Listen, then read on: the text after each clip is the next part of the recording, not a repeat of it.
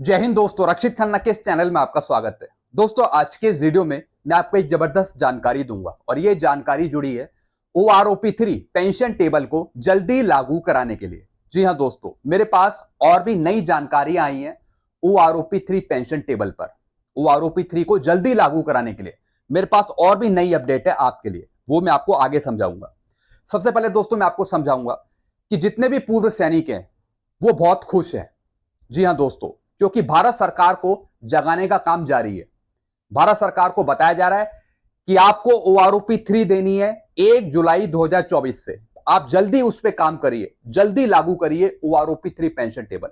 दोस्तों, यह काम बहुत अच्छा हो रहा है, चाहे उसमें ऑफिसर्स लगे हों, चाहे पूर्व सैनिक लगे हों, चाहे JCOs हों, चाहे ORs हो, कोई भी हो, वो भारत सरकार को अच्छी तरीके से समझा रहे हैं कि जल्दी से जल्दी आप OROP3 लागू करें, जल्दी से जल्दी आप OROP3 पेंशन टेबल दीजिए।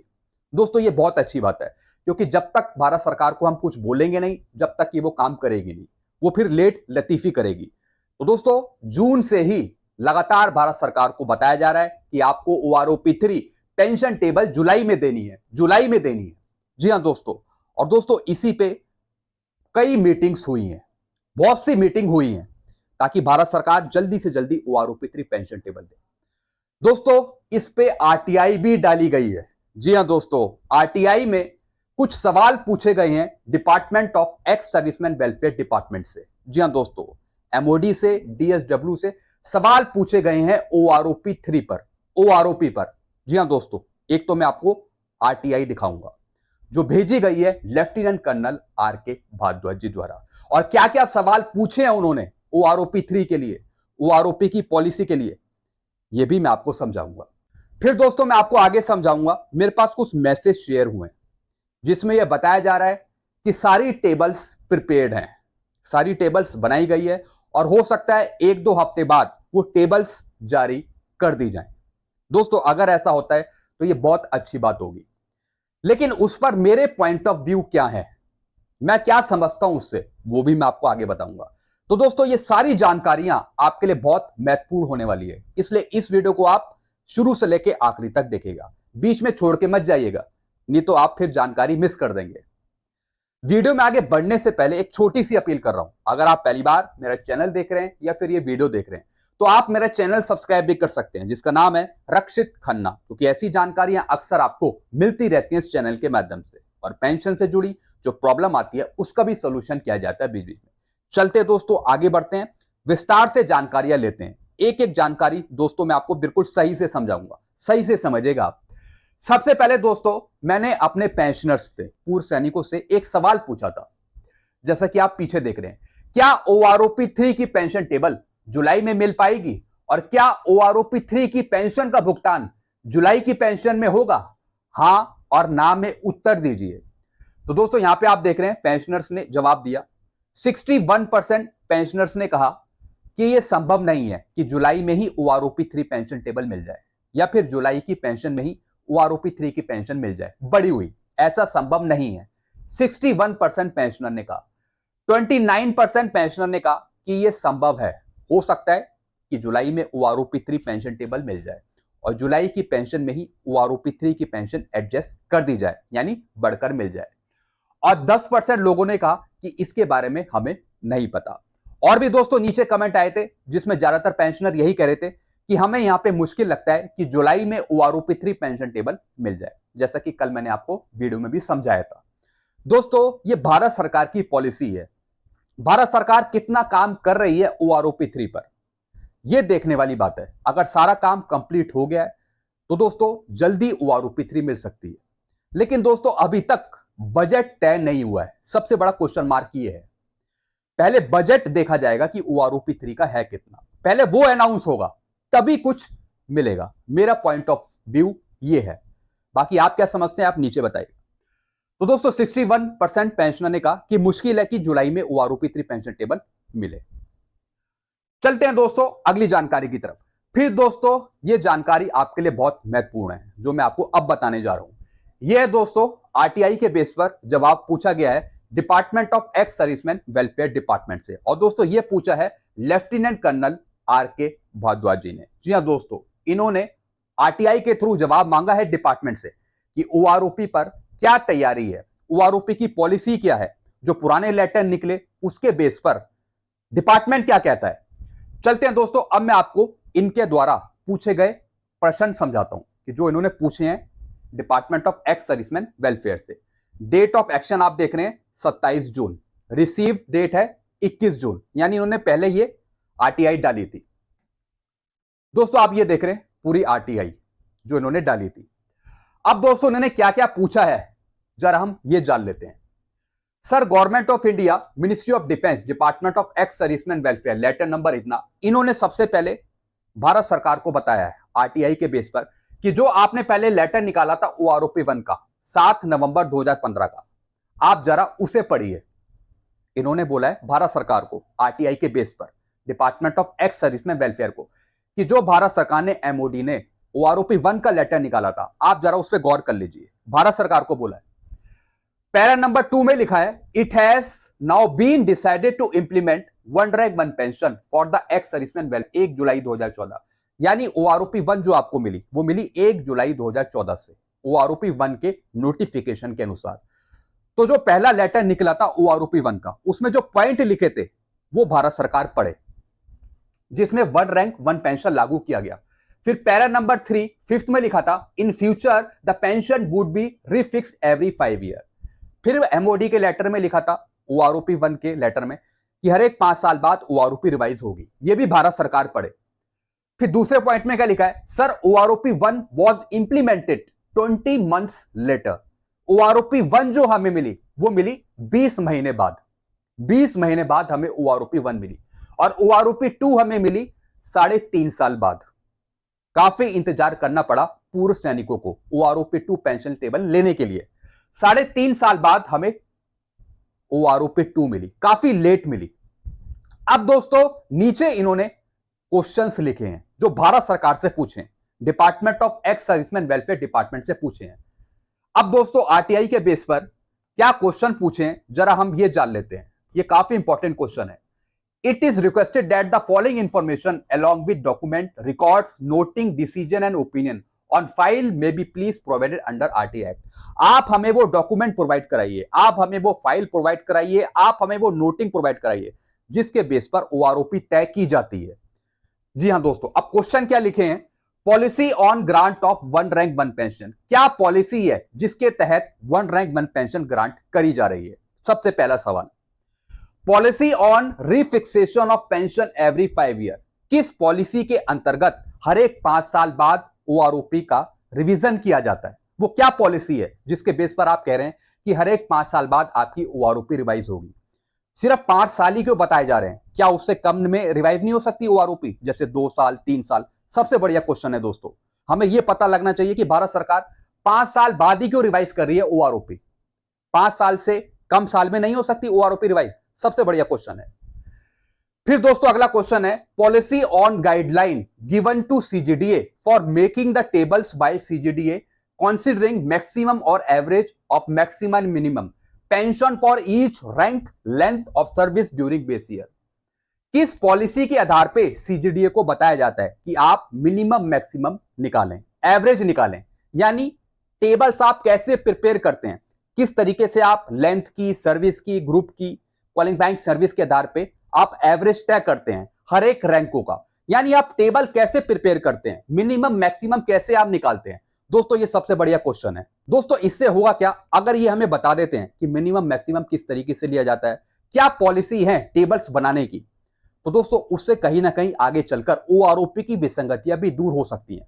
क्योंकि अभी तक हमें किसी को नहीं पता कि कैसे टेबल्स बनाई जाती है, क्या मिनिमम क्या मैक्सिमम लिया जाता है, कैसे एवरेज लिया जाता है। दोस्तों ये क्वेश्चन किसी ने नहीं किया था डिपार्टमेंट से, तो दोस्तों अगर इसका आंसर हमें दे देती है डिपार्टमेंट तो दोस्तों ये बहुत अच्छी बात होगी। यही क्वेश्चन इन्होंने किया है कि किस तरीके से सीजीडीए को आदेश दिया जाता है कि आप टेबल्स बनाएं, क्या मिनिमम क्या मैक्सिमम क्या एवरेज आप लेते हो रैंक्स ग्रुप्स का।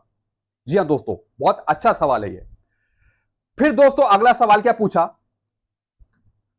Policy on refixation of pension in case of blank data found in a particular rank and for a particular length of service. अगर किसी पर्टिकुलर रैंक का लेंथ ऑफ सर्विस के हिसाब से अगर ब्लैंक डेटा वहां पे मौजूद होता है तब आप कैसे पेंशन डिसाइड करते हो? जी हाँ दोस्तों, अब दोस्तों कईयों की पेंशन माइनस में जाती है या फिर ब्लैंक होती है, उनकी पेंशन बढ़ती नहीं है। तो दोस्तों किस हिसाब से आप उनकी पेंशन कैलकुलेट करते हो, कैसे आप रिफिक्स करते हो? अगर किसी का ब्लैंक डेटा है, लेंथ ऑफ क्वालिफाइंग सर्विस के हिसाब से, रैंक के हिसाब से।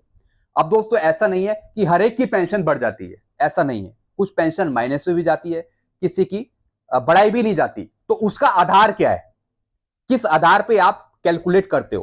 तो दोस्तों ये भी बढ़िया क्वेश्चन है।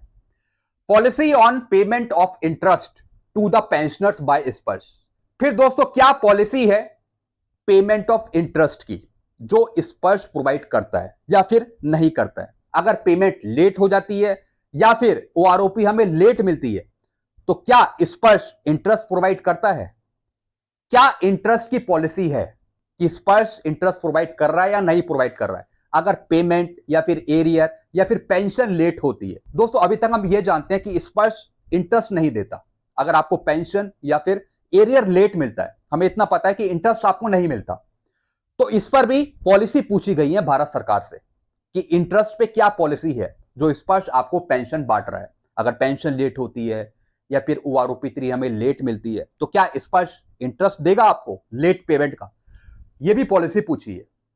फिर क्या पूछा है? Noting of authority in MOD, CGDA, finance ministry, PMO, department of ex service welfare recommending rejecting giving timeline on the refixation of pension and payment of arrear OROP 3।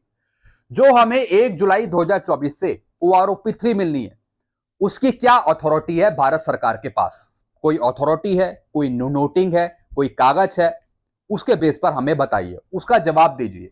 क्या टाइमलाइन है, किस टाइमलाइन के आधार पे रिफिक्सेशन किया जाता है ओआरओपी का? जैसे ओआरओपी 3 हमें 1 जुलाई 2024 से मिलनी है, किस नोटिंग के आधार पे? क्या नोटिंग एक्सचेंज होती है? मतलब किस तरीके से यह काम किया जाता है, एग्जैक्ट हमें बताइए। दोस्तों बहुत अच्छा सवाल है, हमें पता लगेगा क्या प्रोसीजर फॉलो किया जाता है ओआरओपी को बनाने के लिए, कहां से स्टेप्स होकर गुजरते हैं, कि पहले कहां पर गया, फिर मामला कहां पर गया, फिर कहां पर गया। अगर ये हमें पता लगता है तो दोस्तों ये बहुत अच्छी बात होगी। तो दोस्तों ये कुछ क्वेश्चंस पूछे हैं लेफ्टिनेंट कर्नल आर के भारद्वाज जी ने डीईएसडब्ल्यू डिपार्टमेंट से। अब दोस्तों देखते हैं कि इसका रिप्लाई कब आता है, और दोस्तों इसका जवाब कौन देगा? Concern सीपीआईओ BL Meena ji. दोस्तों आप इन्हें जानते हैं, बीएल मीना जी को, ये अंडर सेक्रेटरी हैं भारत सरकार के। जी हां दोस्तों, पिछली बार एक्स ग्रुप को लेकर जो जवाब दिया था वो इन्होंने दिया था, बीएल मीना जी ने। इन्होंने ही जवाब दिया था कि पूर्व सैनिकों की ओआरओपी में कोई विसंगतियां नहीं है। मैं इनका नाम अच्छी तरीके से जानता हूं, बीएल मीना जी इनका नाम है। जी हां दोस्तों, ये अंडर सेक्रेटरी हैं। इन्होंने ही जवाब दिया था, मुझे अच्छी तरह याद है, पुराने लेटर में इन्होंने ही लिखा था कि एक्स ग्रुप की कोई विसंगतियां नहीं है, पूर्व सैनिकों की जो विसंगतियां हैं ओआरओपी पे वो कुछ नहीं है, बिल्कुल सही टेबल प्रिपेयर्ड हो रही है। अब दोस्तों मैं आपको आगे समझाऊंगा। अब दोस्तों ये इंफॉर्मेशन है ओआरओपी 3 को जल्दी लागू करवाने के लिए। कुछ ऐसे सोर्सेस हैं, कुछ ऐसे मैसेज हैं जो मैं आपको समझाने जा रहा हूं, जिसके बेस पर आपको लगेगा कि शायद अगले हफ्ते ही हमें ओआरओपी 3 पेंशन टेबल मिल जाए। सबसे पहले दोस्तों, all was set to announce the OROP on Wednesday 3 जुलाई। I am in Delhi since Monday. दोस्तों यह जवाब है ब्रिगेडियर इंदर मोहन सिंह जी का, जो प्रेसिडेंट है आईईएसएल के। जी हां दोस्तों, 3 तारीख को, 3 जुलाई को जो कैबिनेट मीटिंग हुई थी, तो दोस्तों उसमें भी ये कहीं ना कहीं थे, तभी ये जवाब दे रहे हैं कि 3 तारीख को हुआ क्या। दोस्तों इन्होंने बताया कि हम वहां पे मौजूद थे, दिल्ली में मौजूद थे 3 जुलाई को जब कैबिनेट मीटिंग हुई थी, और वहां पर ओआरओपी 3 के बारे में चर्चा हुई थी। ओआरओपी 3 के बारे में चर्चा हुई, एजेंडा में ओआरओपी 3 का पॉइंट था। Being told when the tables were put up to the secretary DSW, the PCDA pension created a big problem. Tables का जिक्र उठा, बिल्कुल दोस्तों, ओआरओपी 3 पेंशन टेबल का जिक्र उठा उस मीटिंग में, और जल्दी लागू करवाने के लिए मांग उठाई गई। Made block of 8 year service of the same pension scales. Government realized it will lead to a backlash. Now getting them corrected message received from Brigadier Inder Mohan Singh President. इन्होंने बताया कि जल्दी ही ओआरओपी 3 पेंशन टेबल आ सकती है, लेकिन कुछ गलतियां पकड़ी गई हैं ओआरओपी 3 पेंशन टेबल में, कुछ प्रॉब्लम्स पाई गई हैं जिसके तहत ओआरओपी 3 पेंशन टेबल उस टाइम अनाउंस नहीं करी गई। जी हां दोस्तों, आप समझ रहे हैं। दोस्तों इसका मतलब है कि ओआरओपी 3 का जो अनाउंसमेंट था वो होना था, लेकिन कुछ गलतियां मिली हैं जिसके तहत वो अनाउंस नहीं हो पाई। फिर दोस्तों आगे क्या लिखा है, the CDS and the secretary ESW held interaction with veteran on various veteran issue on 5 जुलाई 2024। 5 जुलाई को भी कुछ मीटिंग हुई है सीडीएस की और सेक्रेटरी ईएसडब्ल्यू की, जिसमें दोस्तों जो पेंशनर की प्रॉब्लम थी, पूर्व सैनिकों की प्रॉब्लम थी, वो सुनी गई है, उनका हल करा गया है। उसके भी इशू डिस्कस हुए हैं 5 जुलाई 2024 को। Directorate of Indian army veterans Delhi cantt, the president of the 5 MOD recognized ESM organization IESL, AFA, DIW, AB, ABPSS and NEXCC, तमाम बड़े संगठन जिसमें IESL का भी संगठन है और भी तमाम संगठन है, उनके अधिकारी उसमें शामिल थे और यह मीटिंग हुई थी 5 जुलाई 2024 को। Brief on CDS and DSW meeting held at DIAB Delhi cantt. जी हां दोस्तों, DIAB दिल्ली कैंट में ये मीटिंग हुई थी 5 जुलाई 2024 को लगभग 2 बजे के आसपास। Shri VN Mishra ji, senior vice chairman along with 5 representative of NEX attend the meeting. जो NEXCC का एक संगठन है, इनके भी दोस्तों 5 रिप्रेजेंटेटिव, 5 अधिकारी वहां पे शामिल हुए थे। दोस्तों इसमें बहुत से अधिकारी शामिल हुए थे। अब दोस्तों आप नीचे देख रहे हैं, the following official apart from CDS were available. इसमें CDS भी शामिल थे, DSW डिपार्टमेंट के आदमी शामिल थे, डिप्टी डायरेक्टर CDA भी यहां पे शामिल थे, CGDA के आदमी यहां पे थे, ब्रिगेडियर पठानिया साहब यहां पे शामिल थे, ब्रिगेडियर इंदरमोहन सिंह शामिल थे, यानी काफी तमाम संगठनों के अधिकारी शामिल थे। CGDA के अधिकारी शामिल थे, DSW डिपार्टमेंट के अधिकारी शामिल थे। तो दोस्तों OROP 3 के बारे में यहां पर चर्चा करी है। अब दोस्तों मेन पॉइंट मैं आपको समझाता हूं। CDS arrived at the usual fix time of 1400 hours, यानी 2 बजे के आसपास CDS अधिकारी का आना यहां पे तय था। जो CDS थे उन्होंने बात करी अग्निवीर के बारे में, कम से कम 30 मिनट तक दोस्तों ये बात चली। फिर दोस्तों CDS also gave a brief on OROP। फिर दोस्तों OROP 3 के बारे में चर्चा करी गई। The cabinet approve the OROP 3 on 3 July 2024। Cabinet जो मीटिंग हुई थी 3 जुलाई को दोस्तों, उसमें OROP 3 कहीं ना कहीं अप्रूव हो जाती, ऐसा इसमें लिखा हुआ है। But due to some anomaly it was not announce, यानी इनकी पूरी तैयारी थी 3 जुलाई को OROP 3 को अनाउंस करने की। तो दोस्तों अगर ऐसा है तो इसका मतलब है सारी टेबल्स रेडी हैं, सब कुछ तैयारी हो रखी है। जी हां दोस्तों, जैसा कि इसमें पता लग रहा है, यानी ये अनाउंस की बात कर रहे हैं, OROP 3 अनाउंस की। तो दोस्तों OROP 3 अगर अनाउंस का मामला है तो इसका मतलब है सब कुछ रेडी है, सिर्फ अनाउंस करना है। अब दोस्तों इनकी तैयारी थी 3 जुलाई को टेबल्स अनाउंस करने की, OROP 3 अनाउंस करने की, लेकिन दोस्तों कुछ प्रॉब्लम्स आ गई, कुछ गलतियां पाई गई, लिखा है इसमें, but due to some anomaly it was not announce. कुछ गलतियां आ गई, कुछ प्रॉब्लम आ गई, जिसके चलते OROP 3 3 जुलाई को अनाउंस नहीं हो पाई। PCDA CGDA has told me next week the table will be announced। दोस्तों 3 जुलाई की यह बात है। PCDA CGDA ने बताया कि अगले हफ्ते तक टेबल अनाउंस हो सकती है, अगले वीक तक। जी हां दोस्तों, यानी अगले हफ्ते, यानी 7-8 तारीख के बाद, 12 तारीख के बाद, अगले हफ्ते तक OROP 3 पेंशन टेबल अनाउंस हो सकती है, ऐसा PCDA CGDA ने बताया जो वहां पर मीटिंग हुई थी। दोस्तों यह बहुत अच्छी बात है, अगर PCDA CGDA ऐसा बता रहा है तो इसका मतलब है इनकी पूरी तैयारी है, सब कुछ रेडी हो चुका है, खाली बस अनाउंस करना है। अब दोस्तों मैं इस पे सवाल करता हूं, मेरा क्वेश्चन ये है, अब दोस्तों मैं सवाल ये कर रहा हूं कि OROP 3 का तो बजट अभी अनाउंस नहीं हुआ, अभी बजट ही अनाउंस नहीं हुआ वित्त मंत्री निर्मला सीतारमण जी के द्वारा। जब तक कि बजट अनाउंस नहीं होगा, जब तक कि कैबिनेट अप्रूवल नहीं मिलेगी, जब तक कि PIB की रिपोर्ट नहीं आएगी, जब तक कि प्रेस इंफॉर्मेशन ब्यूरो अपनी रिपोर्ट नहीं निकालेगा, तब तक दोस्तों कैसे OROP 3 मिलेगी। सबसे पहले बजट ही अलॉट होगा, कम से कम बजट के बारे में पता तो लगे। दोस्तों हम जान रहे हैं इनके इस मैसेज से कि ये सिर्फ अनाउंस की बात कर रहे हैं, इसका मतलब है कि सब कुछ रेडी है। लेकिन सबसे पहले बजट अलॉट होगा कि बजट कितना है OROP 3 का। फिर दोस्तों वो पब्लिकली अनाउंस किया जाएगा, पब्लिकली अनाउंस किया जाएगा। फिर दोस्तों ministry of defence DSW department की तरफ से एक लेटर जारी किया जाएगा OROP 3 पे, जिसमें सारी पेंशन टेबल होगी। उसके बाद PCD अपना सर्कुलर निकालेगी OROP 3 पर। दोस्तों सबसे बड़ी बात है कि जैसा इन्होंने बताया है, भले इनकी टेबल्स तैयार हो गई हो, लेकिन अभी तक बजट नहीं आया है। बजट पेश होगा लगभग 24 जुलाई के आसपास वित्त मंत्री निर्मला सीतारमण जी के द्वारा। अगर दोस्तों मेन कैबिनेट अप्रूवल में OROP 3 का बजट तय कर दिया जाता है इसी के आसपास 24 जुलाई या फिर 24 जुलाई के बाद, अगर इसी के आसपास आपका बजट तय कर दिया जाता है, तब भी दोस्तों जुलाई में मुश्किल है कि आपको OROP 3 पेंशन टेबल मिल जाए। पूरा सेटअप करने में कम से कम यहां पे दिन चाहिए होंगे। जी हां दोस्तों, कम से कम दिन चाहिए होंगे यहां पे आपकी पेंशन OROP 3 के अनुसार बढ़ाने को लेकर। तो जुलाई में यहां पे मुश्किल है। अगर आप मेरे से भी पूछें तो मैं बोलूंगा कि जुलाई में मुश्किल है कि आपको OROP 3 पेंशन टेबल मिल जाए, मतलब बढ़ी हुई पेंशन मिल जाए जुलाई की पेंशन में। ये सारा सेटअप अगर हम कंप्लीशन देखें इसका, तो लगभग अगस्त एंड तक, अगस्त मिड तक ये आपको देखने को मिल सकता है। क्योंकि दोस्तों ये इतनी जल्दी काम मुश्किल है कि हो जाए।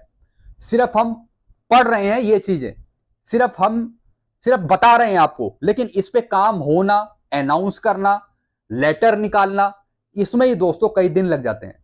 ये एकदम से होने वाले काम नहीं है।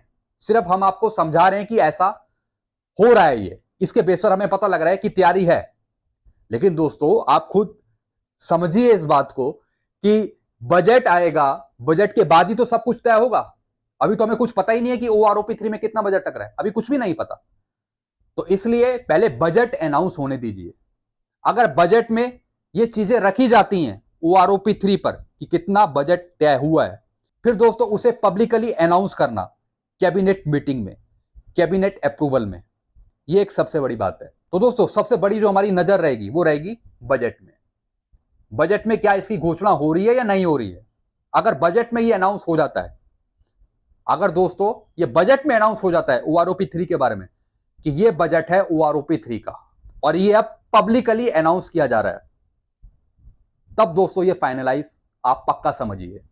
फिर ज्यादा टाइम आपको देखने को नहीं मिलेगा।